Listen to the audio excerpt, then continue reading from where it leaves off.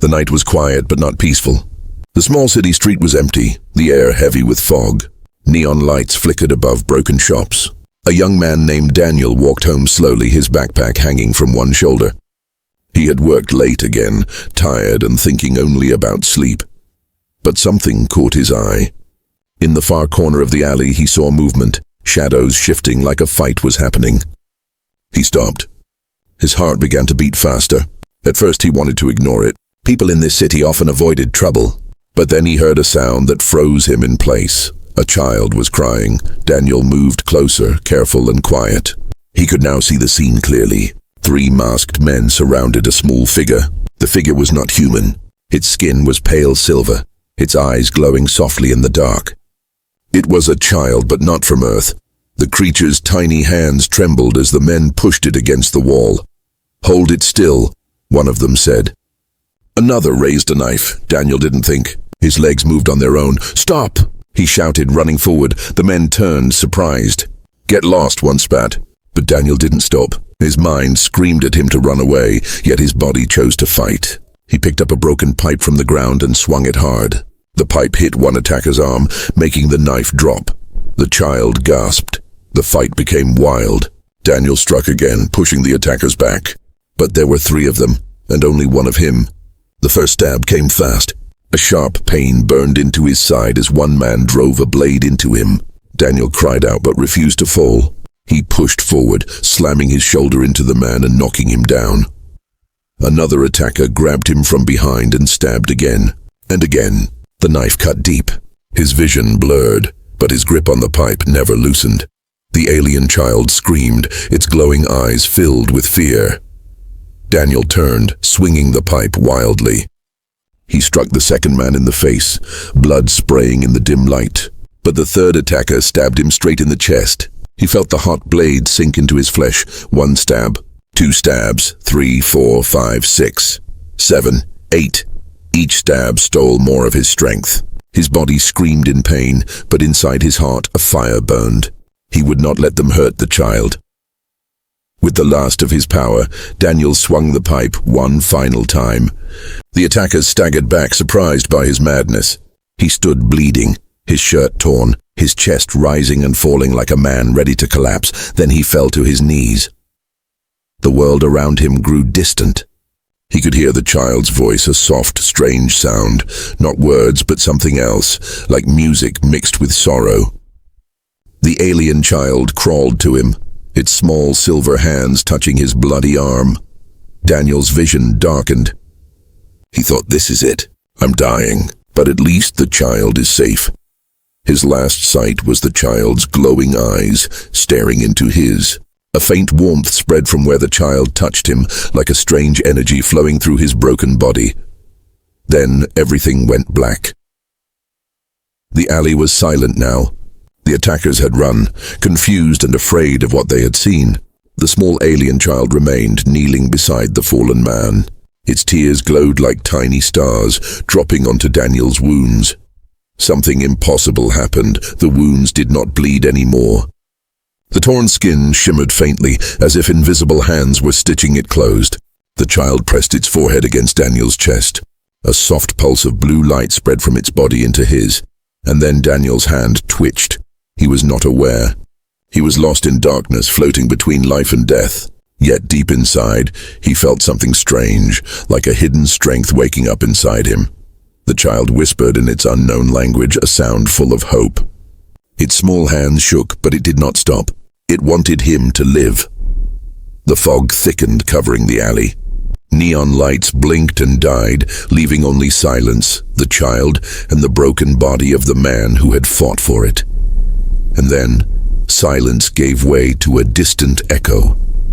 Heavy footsteps coming closer, the sound of footsteps faded. The alley was empty. The night passed. Daniel's eyes snapped open. He gasped for air, his chest rising sharply. For a moment he thought he was still in the alley, bleeding and dying. But when his vision cleared, he was lying in his own small apartment.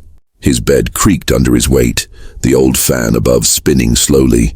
He touched his chest. Smooth skin, no wounds, no blood. His shirt was clean. Daniel sat up, shaking. What? How? He remembered the knives, the pain, the alien child. His body trembled as he recalled the glowing eyes, the touch on his arm, the warmth that spread inside him. Had it all been a dream? Or had he really died and come back? He stumbled out of bed and ran to the bathroom. The mirror showed his face, pale, sweaty, alive. He pulled up his shirt. His chest and side were unmarked, like nothing had ever happened. His heart raced. No, this is not possible. The sound of thud, thud, thud came from outside. Heavy footsteps. Not human footsteps. Daniel froze. His apartment door rattled once, then again. Something powerful stood outside.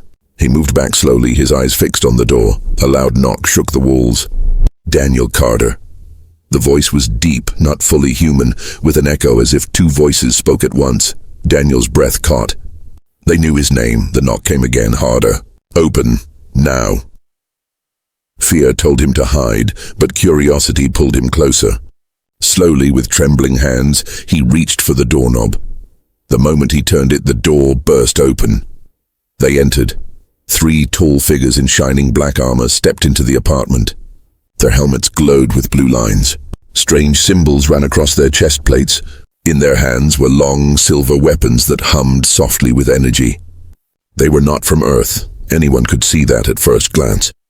Daniel stumbled back, his eyes wide. Who are you? The one in front removed its helmet. The face revealed was sharp, alien, but strangely noble. Its skin was dark gray, its eyes burning gold. It looked at him with a piercing gaze. You survived, the alien said. You should not have. No human could. Daniel's throat was dry. I don't understand. The alien leader stepped closer. You were stabbed 8 times. You should be dead, but you are not. Tell me, Daniel Carter, what happened in the alley? Daniel hesitated, but then his voice broke out. There was a child. Not human. Silver skin, glowing eyes. I tried to protect it. I fought. He stopped, remembering the warmth, the touch, the light. It touched me. Then I blacked out. The alien leader's eyes narrowed. The other 2 soldiers looked at each other, whispering something in their language.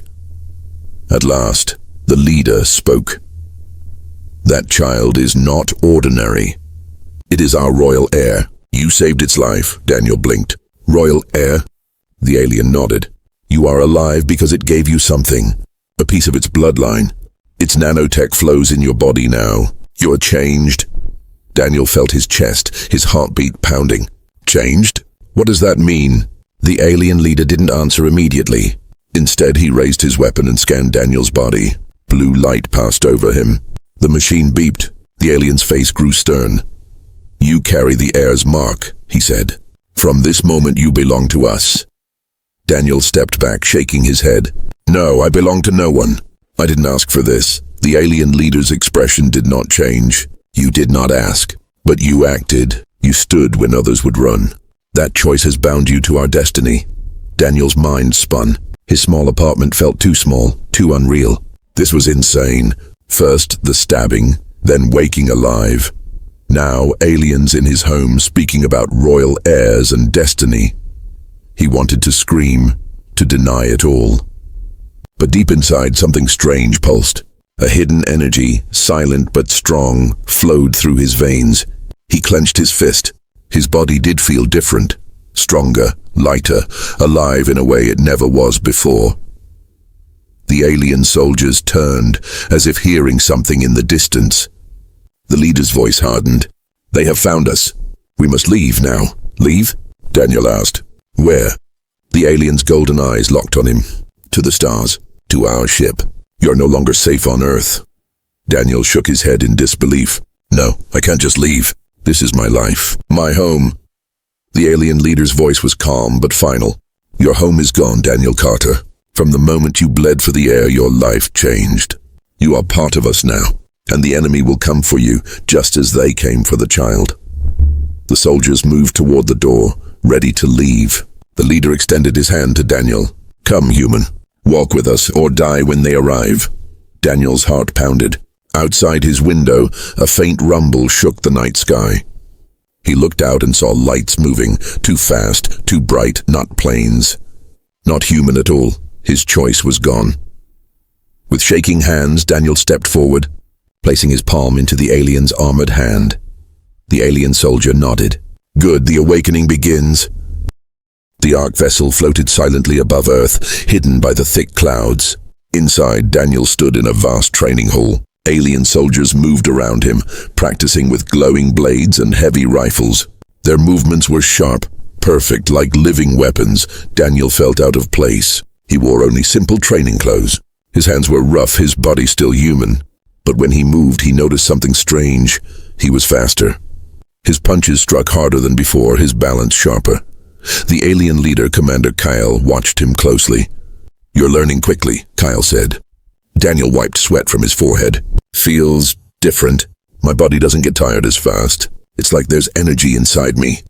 Kyle nodded. "The air's nanotech flows in your blood. It makes you more than human. But strength without purpose is nothing. You must learn control." Daniel opened his mouth to reply, but suddenly alarms screamed across the ship. The training hall shook. Red lights flashed on the walls. Soldiers rushed to their positions. Kyle's golden eyes burned. "They've found us." Daniel's heart sank. "Who?" Kyle's voice was grim. "The hidden enemy." The walls shifted, revealing windows.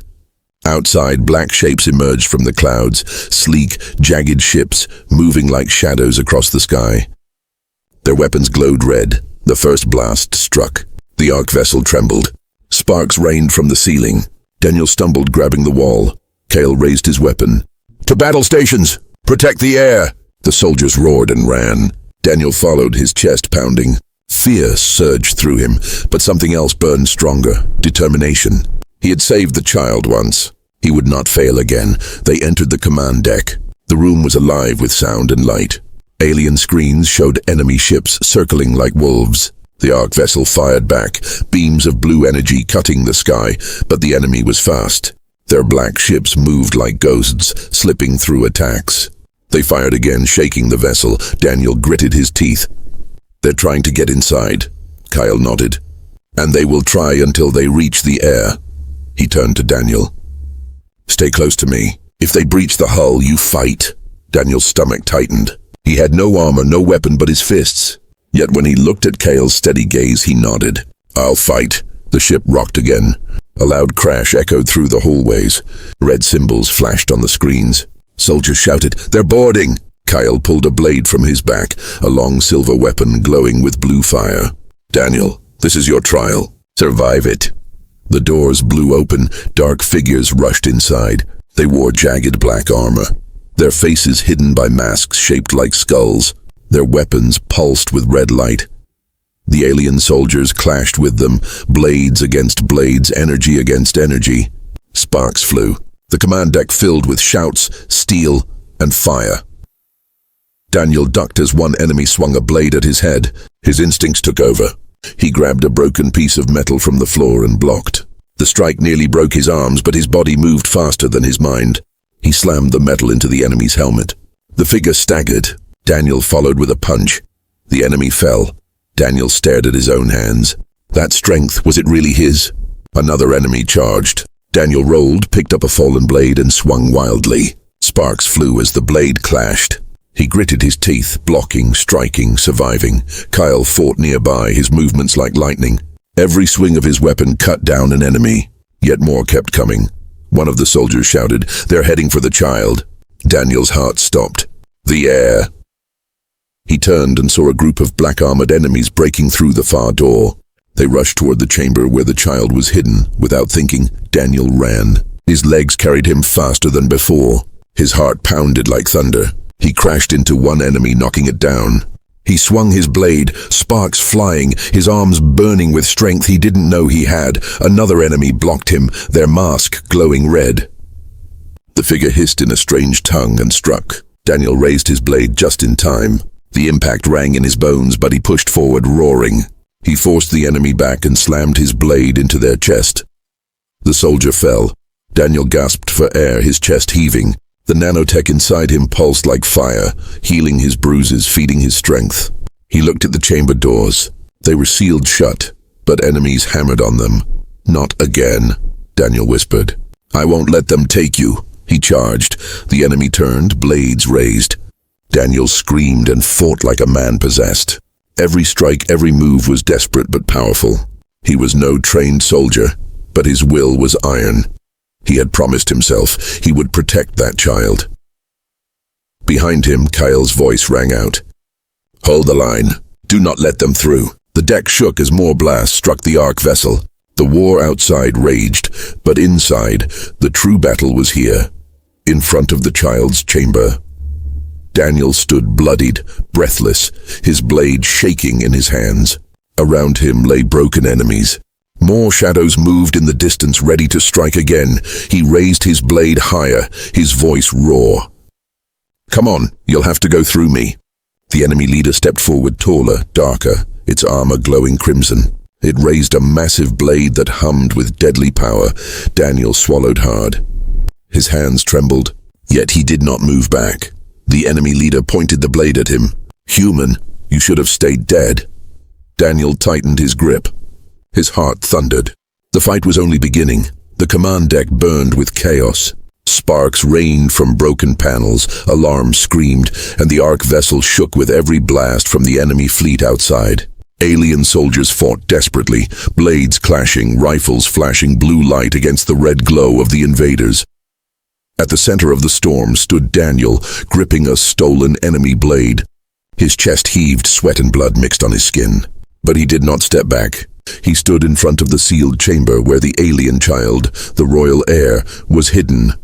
Across from him, the enemy leader approached.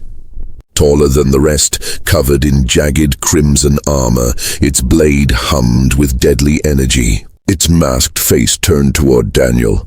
"You are nothing but a human," the leader growled. "You cannot stop me." Daniel tightened his grip. His arms trembled, but his eyes blazed with defiance. "Maybe I am just human, but that child is under my protection. And if you want it, you'll have to kill me first." The leader lunged. Their blades collided with a thunderous crack. Daniel staggered, the force nearly breaking his arms. But something deep inside him surged, the strange nanotech from the air, pulsing like fire in his blood.